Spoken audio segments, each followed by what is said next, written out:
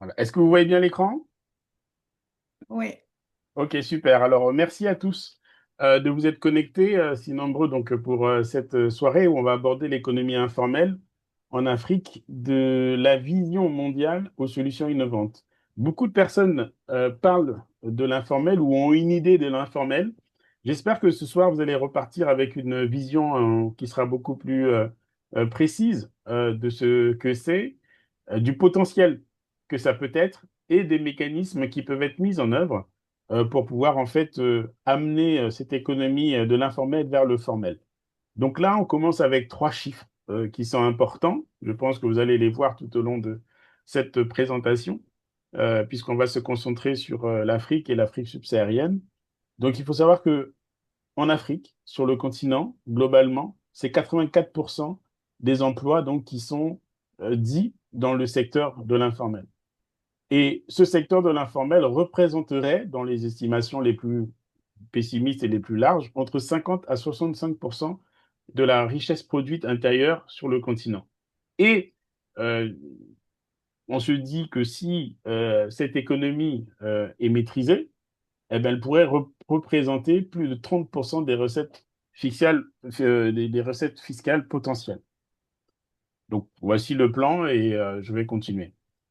Donc, tout d'abord, quand on regarde le phénomène mondial de l'économie informelle, donc là, ici, ça nous permet de comparer l'Afrique par rapport aux autres continents dans le monde pour voir que si l'Afrique représente, on l'a vu, plus de 80%, l'Asie-Pacifique est autour des 60%, les Amériques autour de 40%, dans les États arabes, on est au plus de 60%, et en Europe, on est à plus de 20%, qui dit qu'on fonctionne dans une économie dite dans l'emploi informel.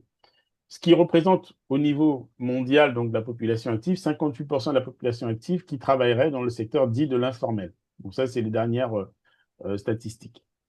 Donc, ce qui représente plus de 2 milliards de personnes dans le monde entier entre 2018 et 2023.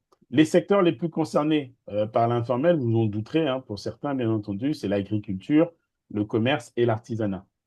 Et on constate qu'il y a un fort déséquilibre entre le nord et le sud, puisque 18% sont dans les pays développés contre 63% dans les pays dits à faible revenu.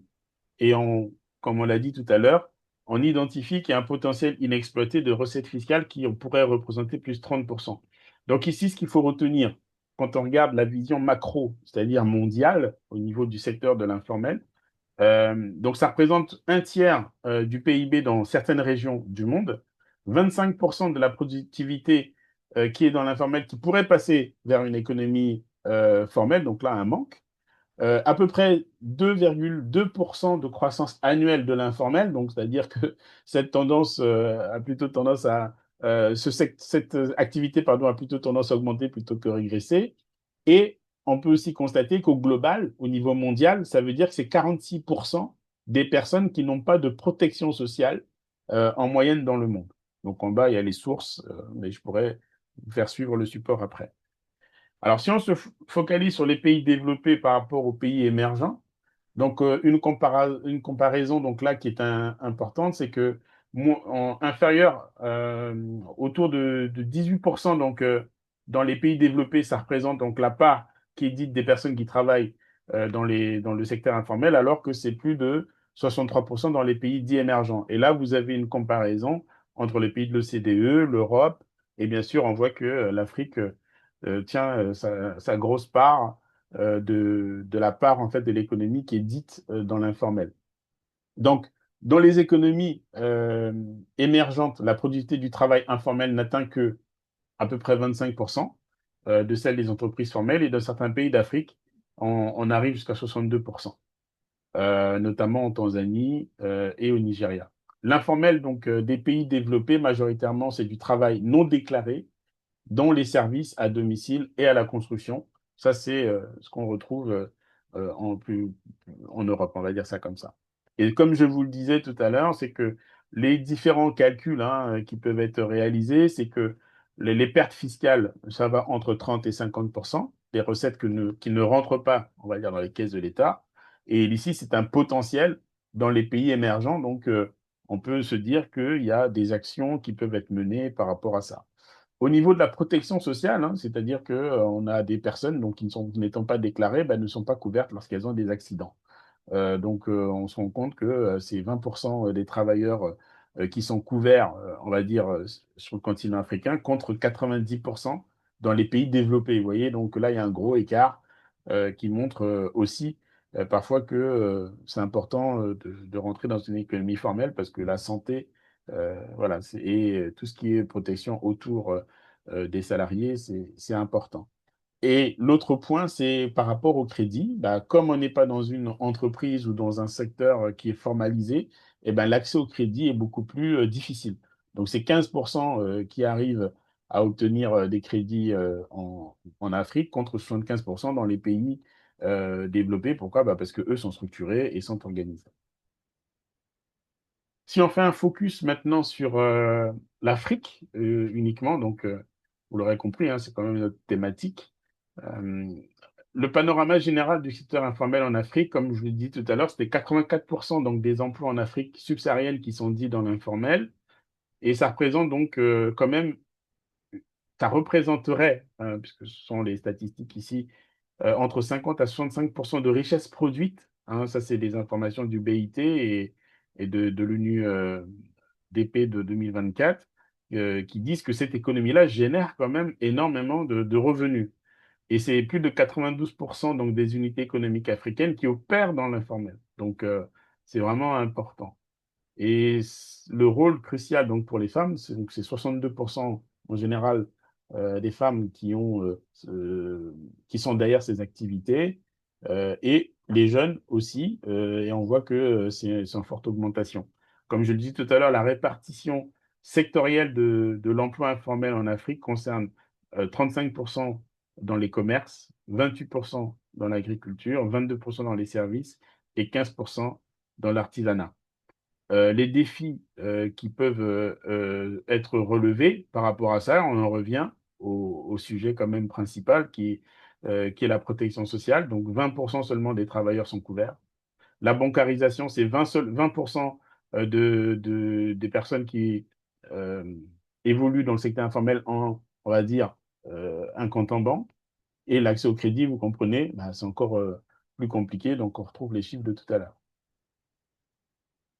Alors, si on zoome maintenant, on redescend toujours sur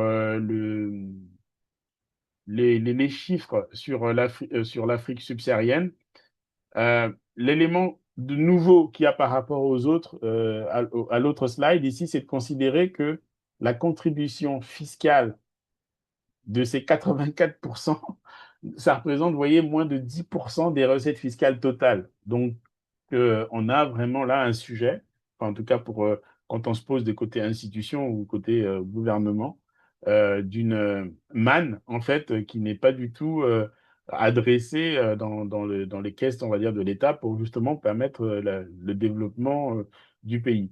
Bah, les autres chiffres, vous les retrouvez, c'est ceux qu'on a cités tout à l'heure. Juste un nouveau, c'est par rapport à la formation, puisque les personnes étant dans un secteur informel ne sont pas identifiées et donc très peu on va dire, vont aller se former pour augmenter en compétences. Vous voyez? Donc, c'est tout ça, en fait. Hein, quand on parle du secteur informel, c'est quand même des personnes qui ne vont pas avoir une protection sociale, donc pas être couverts. C'est des personnes qui ne vont pas avoir un compte bancaire, qui ne vont pas forcément avoir un accès au crédit pour pouvoir se développer et aussi avoir une politique, on va dire, de développement des compétences pour faire en sorte que les salariés ou eux-mêmes les dirigeants puissent avoir une démarche de formation. Et là-dessus, on constate toujours le chiffre qui revient, c'est 30% donc des recettes fiscales qui pourraient être, on va dire, recouvertes si on arrive à une formalisation de l'économie.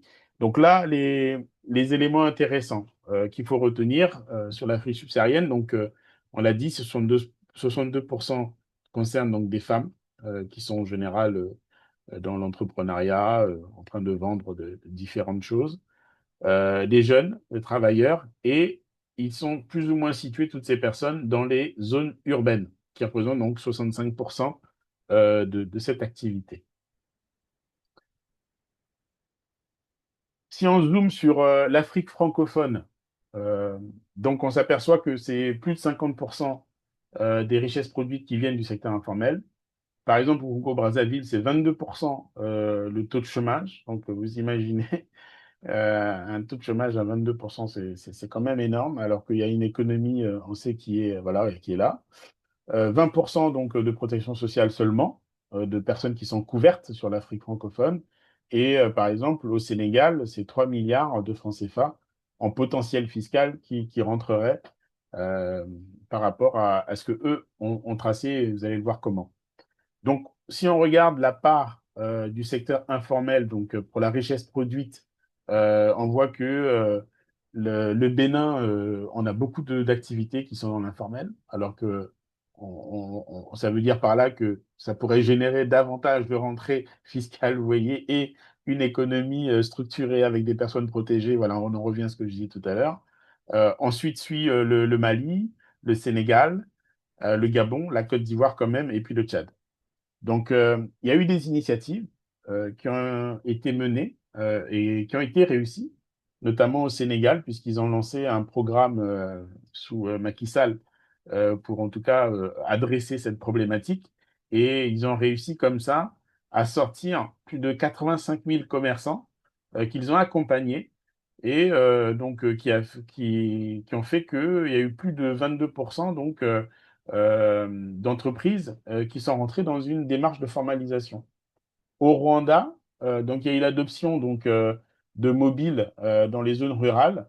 Donc là-dessus, on verra tout à l'heure, sont des exemples où on équipe certaines personnes de systèmes de fintech pour pouvoir gérer les comptes dans un premier temps et commencer comme ça à les accompagner dans la structuration et la formalisation de leur activité.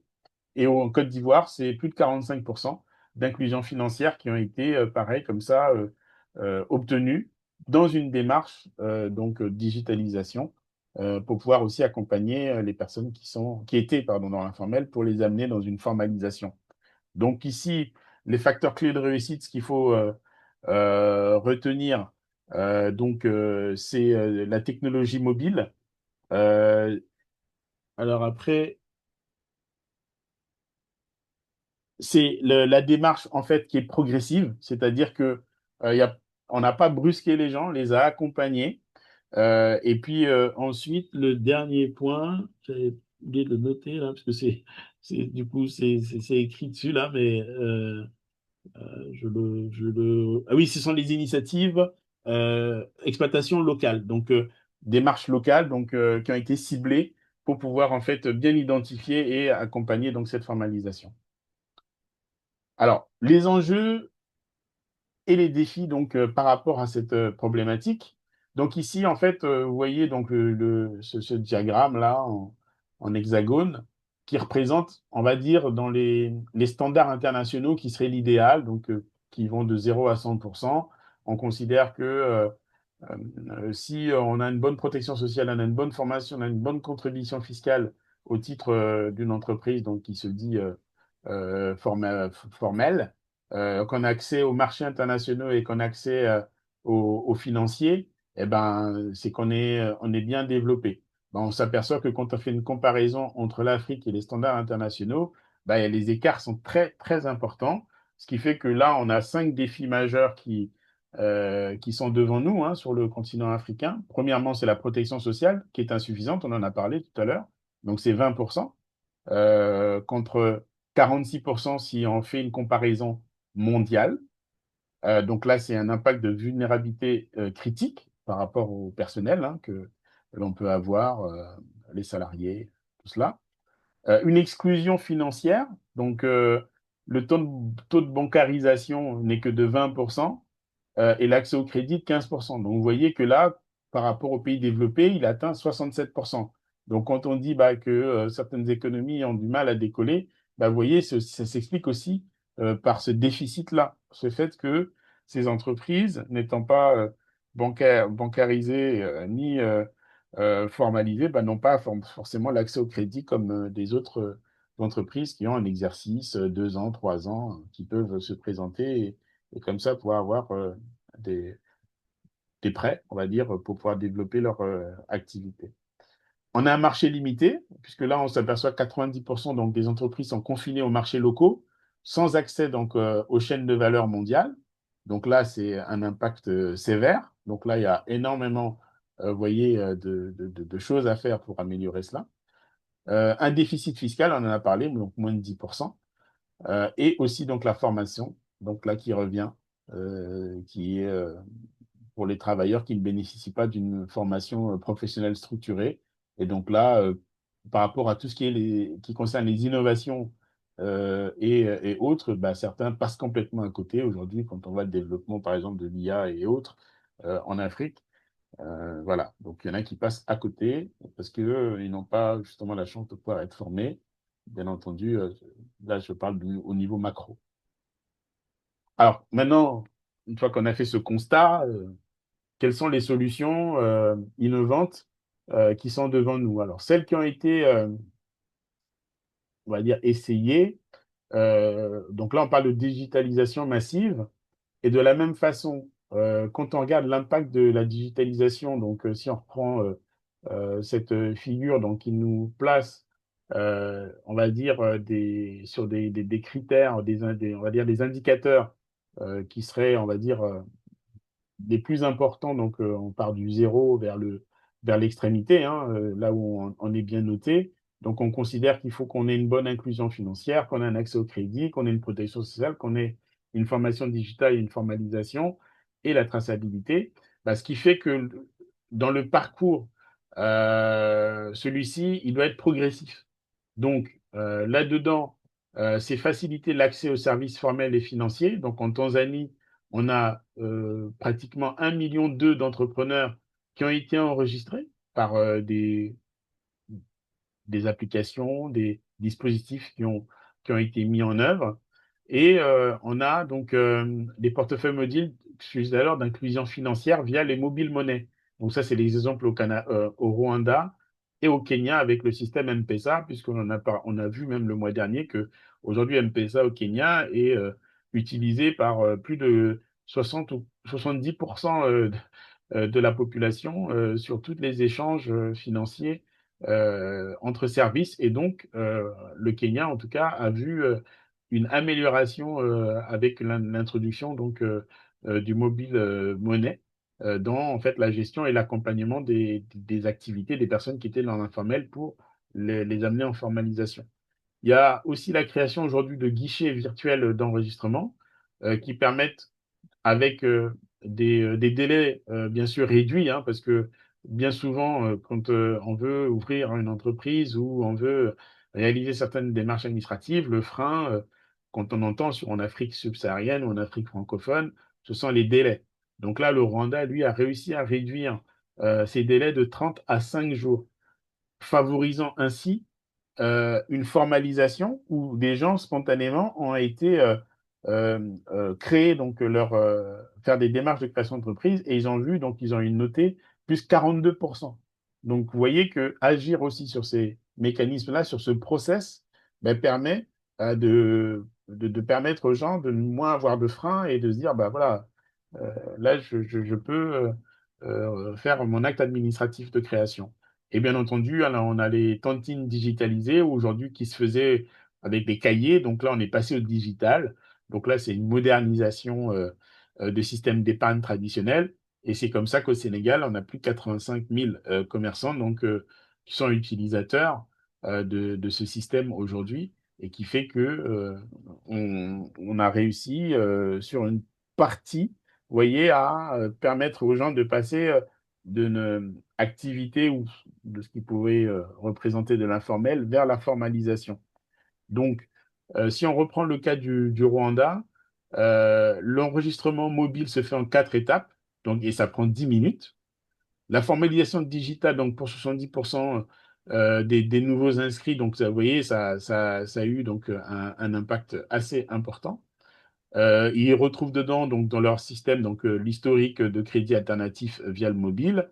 Ils ont une exonération fiscale de 3 ans pour les nouveaux formalisés. Vous voyez, donc, ça veut bien dire que là, le Rwanda qui met en place cette démarche considère l'état dans lequel les personnes sont à l'origine pour se dire, bah, écoutez, on va vous accompagner, on va faire une exonération de 3 ans.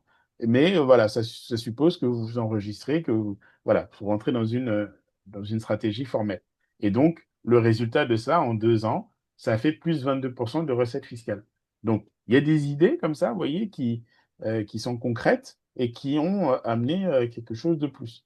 L'impact d'agitation, donc d'ici 2030, donc ça, c'est ce qu'on voit dans les différents euh, documents là, de la Banque mondiale, comme du Rwanda Think Tank Sandbox ou de la BAD, bah, c'est que ça va améliorer l'inclusion financière, donc plus 40%, donc accès aux services bancaires formels. Donc là, c'est permettre aux gens qui n'ont pas de gestion, on va dire, de leur caisse, d'avoir un outil digital qui permet de pouvoir voilà, faire des entrées et suivre et pouvoir petit à petit comme ça les amener à faire une petite comptabilité. Hein. Vous voyez, vraiment, on y va pas à pas. C'est pas du jour au lendemain, ils deviennent des experts comptables. C'est vraiment pas à pas, là, ils les accompagnent. Là aussi, si on agit sur les délais administratifs, eh ben, le fait de réduire les temps de formalisation d'une entreprise, bah, ce sont des éléments qui peuvent encourager les personnes à faire cet acte de création. Bien sûr, les recettes fiscales, ça, c'est mon discours depuis le début, hein, vous comprenez, et le coût des transactions, puisqu'on a une réduction des frais pour les micro-entrepreneurs, là où ils vont parfois emprunter des sommes d'argent pour réaliser leur entreprise à des taux d'intérêt très importants, ben, comme ils sont formalisés et rentrent dans un formalisme, eh ben, du coup, ils peuvent adresser là euh, des, des demandes de prêts, et ce qui fait que bah, ça réduit aussi leur coût au niveau de la charge des intérêts. Alors là, un petit zoom sur la fintech et le mobile money, donc qui est le moteur d'intégration, vous l'avez compris. Donc d'ici 2030, donc voilà, on considère que c'est plus 40% d'inclusion financière. Les transactions donc, seront réduites de 60% au niveau du système bancaire traditionnel, puisque les personnes vont pouvoir avoir accès à une économie formalisée, et donc ils auront moins de frais. Le taux de crédit visé, donc vous voyez là, il baisse, passerait de 8 à 12% quand il est aujourd'hui, euh, quand on est dans l'informel, on va emprunter, c'est autour de 20-25%. Vous voyez, hein? Donc tout l'intérêt aussi d'encourager les personnes à sortir de cette, on va dire, condition ou euh, de ce secteur, entre guillemets, qu'on identifie comme cela, pour vraiment viser des taux d'intérêt qui seraient plus favorables pour eux. Les success stories, donc c'est M-Pesa au Kenya. 65% des commerçants informels ont intégré cette plateforme. Donc, c'est quand même voilà, un service qui est aujourd'hui reconnu. Hein. Le Rwanda FinTech, 70% d'adoption donc, dans les zones rurales avec l'amélioration de ce qu'on a vu tout à l'heure. Orange Money, donc là-dessus, c'est 30 millions d'utilisateurs actifs dans 8 pays de l'UEMOA aujourd'hui qui favorisent et qui améliorent la gestion des comptes pour ceux qui, en tout cas, choisissent cette application.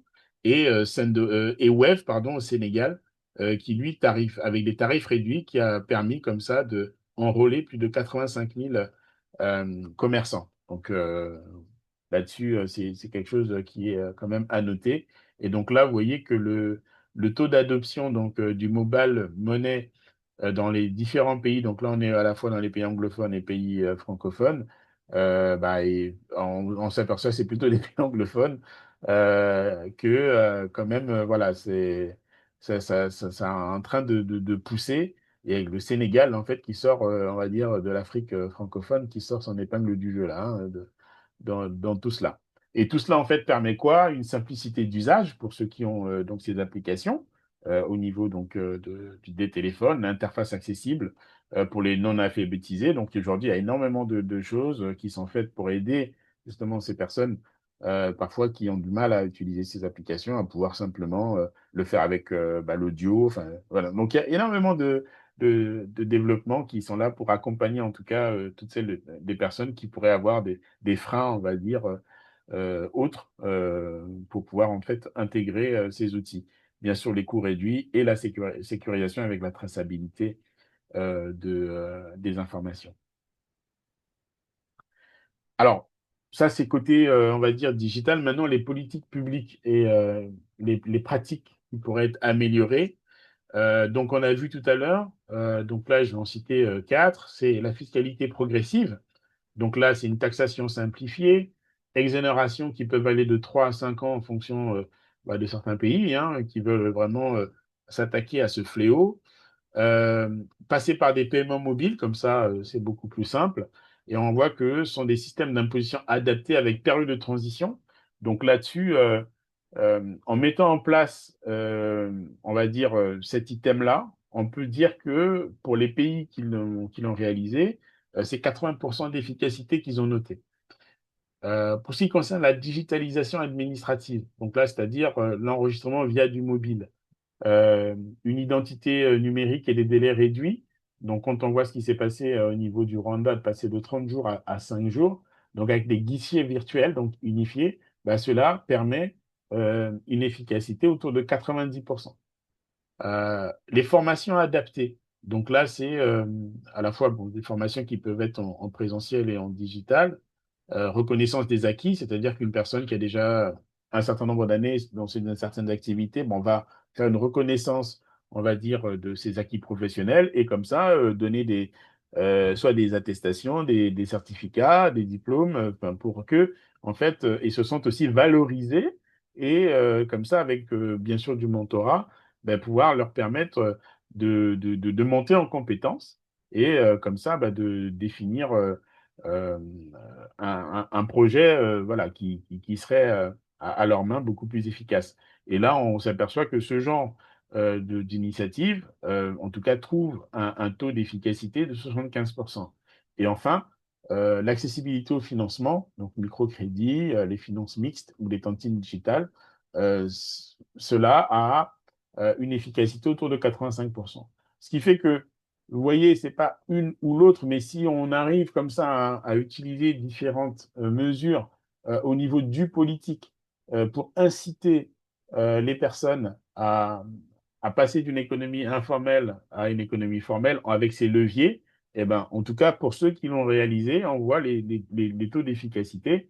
Et donc, là-dessus, l'efficacité comparée des politiques, donc quand on regarde si on regarde les items sur la simplicité, durabilité, coût, adoption, acceptabilité, impact fiscal, on s'aperçoit bah, que les politiques digitales ont quand même une plus grande importance que les politiques traditionnelles. Hein. Donc, ça marche beaucoup mieux. Et donc, après, j'ai cité bah, les exemples qu'on a vus tout à l'heure, que ce soit M-Pesa, que ce soit les tantines au Sénégal, et puis la, la facilitation du processus administratif au Rwanda. Donc, en fait, ici, ce qu'il faut retenir, c'est que ces mesures doivent être progressives, incitatives et non punitives. Parce qu'en effet, personne ne sait pas, n'ont pas toujours choisi de se retrouver dans l'informel. Et c'est pas en les indexant, malheureusement, parfois que on peut les aider à sortir hein, de cette situation. Par contre, si on arrive à simplifier, si on arrive à faire des incitations fiscales et des accompagnements et à amener des solutions avec le digital, eh ben, on s'aperçoit qu'il peut y avoir une amélioration de de, pour permettre aux gens de passer de l'informel au formel. Alors, le rôle de l'African Valley dans tout ça, vous l'aurez compris, avant qu'on passe aux questions. Nous, on a un accompagnant stratégique euh, en fonction des organisations que vous pouvez connaître. Je cite là, bah, s'il y a des États, des gouvernements, des institutions, des chambres de commerce ou des associations professionnelles, eh ben, on peut être amené à faire une étude pour eux, s'ils le veulent, sur ce secteur pour pouvoir en fait accompagner les personnes à rentrer dans une économie inclusive et innovante. Notre méthode, c'est un diagnostic préalable, une stratégie personnalisée en fonction bien sûr de ce qui est identifié. Et on voit ensuite comment ça peut être déployé avec un suivi et puis des mesures d'impact. Là-dessus, notre expertise, bah, c'est diagnostic approfondi, des solutions digitales auxquelles on peut accompagner donc les différentes institutions. Des incitations fiscales, on peut regarder avec eux, calculer les impacts avec nos partenaires professionnels qui sont sur ces sujets et aussi, bien sûr, regarder en termes de formation comment cela peut être perçu. Tout ça pourquoi? Comme on l'a dit, hein, si on arrive à faire un mix de réduction de délais administratifs, de d'inclusion financière et puis avec le Le digital, projet, eh un ben, on truc là, s'aperçoit qu'il hein, peut y avoir pour le pays concerné ça te régale, là. des recettes fiscales et une augmentation de la productivité. Voilà. Donc, pour conclure, alors je ne sais pas quel micro Et est là, actif. c'est pas que préparer le fait. Voilà.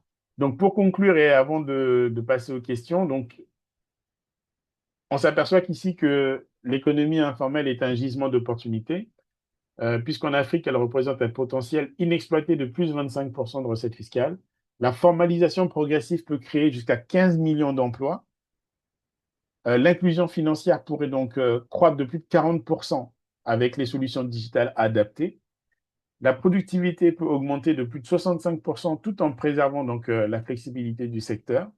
Et les taux de microcrédit pourraient, eux, être réduits dès lors qu'on passe dans une économie formelle. Donc la transformation doit s'effectuer sans dénaturer la flexibilité et le dynamisme entrepreneurial qui font donc la force du secteur informel. Et donc, vous pouvez nous contacter pour des diagnostics, des solutions digitales, du conseil en politique publique et en incitation fiscale. Et voilà, donc on peut comme ça travailler avec vous. Et je vous remercie.